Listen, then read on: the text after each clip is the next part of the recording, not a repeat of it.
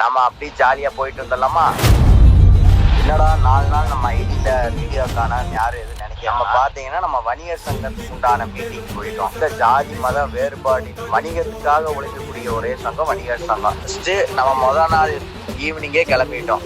கிளம்பி மார்னிங் பார்த்தீங்கன்னா நேராக நாகூர் போய் ரீச் பண்ணுறோம். நாகூரில் போய் அப்படியே கொஞ்சம் அட்ராசிட்டி பண்ணிட்டு அப்படியே அங்கே வேளாங்கண்ணி பக்கத்தில் ஸ்டே போடுறோம்.